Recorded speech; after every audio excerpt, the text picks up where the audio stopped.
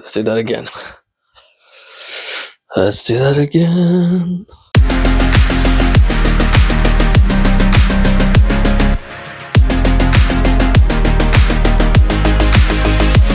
Now, ever since I started using the Legion Go, it made me realize that you actually don't need a lot of hardware firepower to have a good time playing your games. Truly, I really enjoyed playing games on the Legion Go, and at 800 Canadian dollars at that. But even at that price point, I'm afraid there's a bit of a cost of admission into this new and exclusive handheld club. And it is a big one. So stick around and let me show you or shock you with what your money can actually be worth.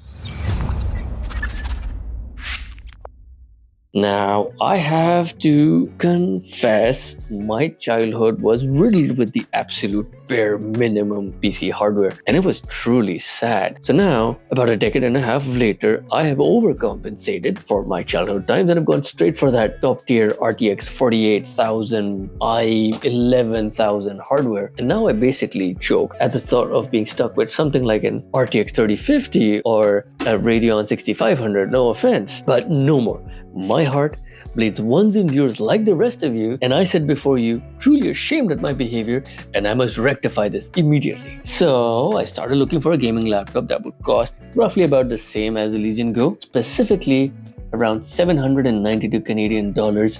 Here it is, the Lenovo LoQ 15 or the Lenovo LoQ 15. Absolutely brimming with a 6-core CPU, the Ryzen 5, yes, the Ryzen 5 7640HS, 8 gigabytes of RAM, yes, 8 gigabytes, 512 gigs of storage, and the masterful GPU underdog, the RTX 3050 with 6 gigabytes of VRAM. Now, before I move ahead, thank you all very much for watching my video so far. I'm sorry I have to ask, if you like tech and gaming or my weird energy has gotten you curious, please do consider subscribing to my channel. And if you find the content in my video to be useful, do consider liking as well. I will also be soon putting out my review for the Asus ROG G16 2024. So get subscribed, guys. Now for this comparison right now, I did actually match the RAM on the LoQ to the Legion Go to 16 gigabytes, although the RAM speed on this is about 4800 mega transfer per second, although on this one, it's close to 7500 mega transfers per second. Now let's just get straight into the meat and potatoes, the performance results. Now you should be seeing up on screen right now the results of some in-game benchmarks using different quality presets. All these results are based on 1080p for both the Go and the Legion LoQ, so that you can easily compare them and also be able to properly weigh in the cost of that portability for the Go. Now I'll stay quiet for a few seconds so that you guys can let these results sink in. I actually cannot stay quiet any longer. Are you seeing this? Are you guys seeing this? So this extremely budget entry-level gaming laptop is providing you 3 to 4 times the performance of the Legion Go, and that too without any upscaling trickery like DLSS, which the Legion Go in the results that you see was actually using Radeon Super Resolution. If I had turned DLSS on the LoQ, the performance results would widen even further. I'm sorry, I just wasn't expecting these results, and I don't know why. I mean, check this out. Shadow of the Tomb Raider was giving an average of 35 frames a second on medium on the Legion Go, and on the LoQ, 126 frames a second on the same preset. That is crazy. Let's further take Horizon Zero Dawn as an example. At the ultimate preset, I was getting 28 frames a second on the Go, and on the LoQ, I was getting 75 frames a second. That's a huge gap. You will definitely notice the fluidity of frames. Playing Far Cry 6 on low settings on the Go, I was getting 42 frames a second, and on the LoQ, I cranked up the preset to Ultra, and I was getting 74 frames a second. As far as 1080p gaming goes, I had no idea the LoQ 15 was capable of all of that performance. That is a heck of a lot of bang for buck. I mean, how wrong was I to judge these budget gaming laptops? Like, I'm embarrassed. If you're a casual gamer and enjoy gaming from the heart, and your heart also bleeds ones and zeros like mine, you need nothing more. Now go on, ask me a question. If my Legion 9i with the RTX 4090 and an i9 processor is replaced with a LoQ 15 tomorrow, will I die? Hand on heart, no, absolutely not. The RTX 3050, wait, I didn't even joke at that. Wow, what an improvement. The RTX 3050 the LoQ 15 can actually take up to 94 watts of power, and I think that's pretty decent. That's honestly in line with the recent 4060s and 4070s that I tested. It's pretty good.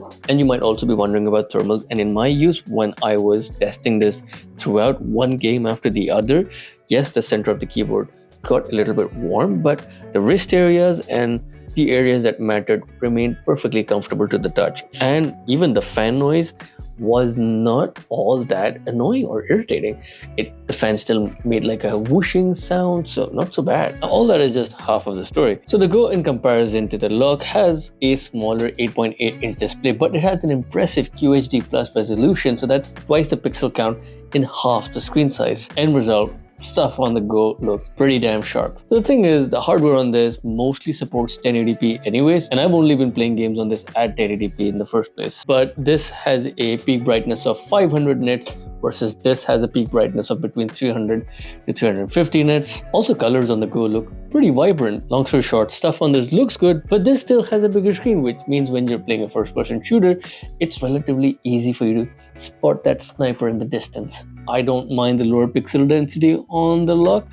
Stuff still looks pretty decent on it. When it comes to computing power, would you believe it? The Go actually has a stronger processor. This can also boost up to 5.1 gigahertz versus the LoQ, which can only boost up to 5 gigahertz. But this draws less power, roughly about 9 to 30 watts. And this draws more power from 35 watts to 54 watts. GPU wise, this has a dedicated 3050. Yes, I still didn't joke. It has 6 gigs of dedicated VRAM.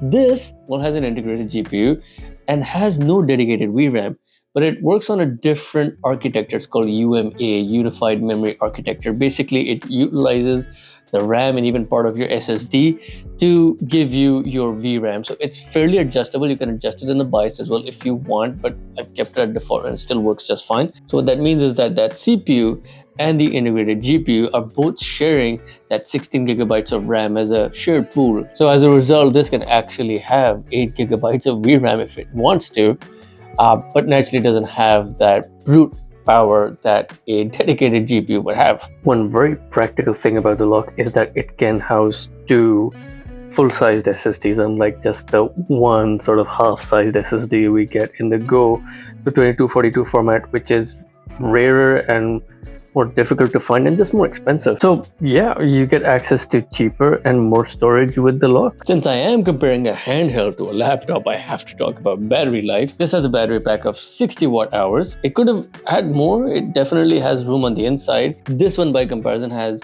49 watt hours, which isn't so bad considering like the sizing of this. End result, while playing a AAA game, this can get you about 60 to 90 minutes of gameplay. This on the other hand will get you this is difficult to say, just 30 to 40 minutes. But it is giving you higher frame rates, it is giving you higher quality, all that good stuff. It is drawing more power, it has a bigger screen, so naturally this is going to suffer. This uses a 170 watt charging adapter, and this just uses a 65 watt charging adapter. Well, we have to talk about weight. This one weight together with its controllers and its charger weighs around 1 kilo.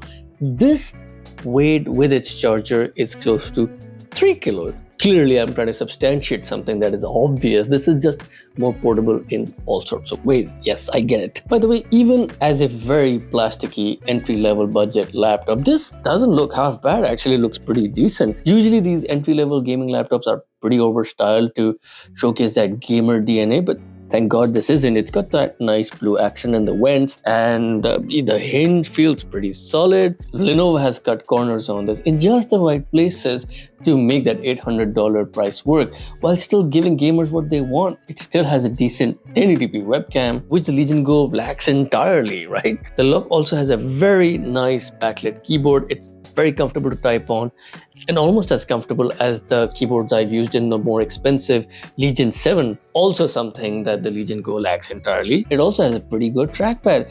It's not a glass touchpad, but even despite that, it's got very nice tight clicks. It's very accurate. It's very comfortable. It has 3 USB-A ports, 1 Type-C port. It's not Thunderbolt, it's a USB 3.2 Gen 2.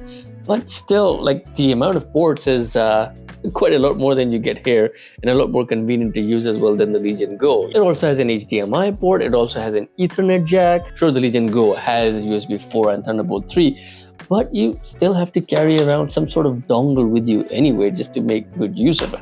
Even though the Legion Go comes with a carry case, but it has no room for the charger or this USB dongle or the portable keyboard that I need to lug around to make the best of it. So practically speaking, you would need a bag regardless of you getting a Go or the LoQ. Conclusively, budget gaming laptops work, they're simpler, and I even imagine they might even outlive the more expensive and more complicated laptops out there. What I'm trying to say is, overall, when I look at the Lenovo LoQ from a purely logical and practical standpoint, it just should be the clear choice. But there's just something so incredibly special about being able to play games like Last of Us or Forza Horizon 5 or Horizon Zero Dawn on a portable device just anywhere without the need for a table or any wires. It's just so effortless. When we compare its diminutive size to its performance output, there's just something very charismatic about it. And it makes the Go a very likable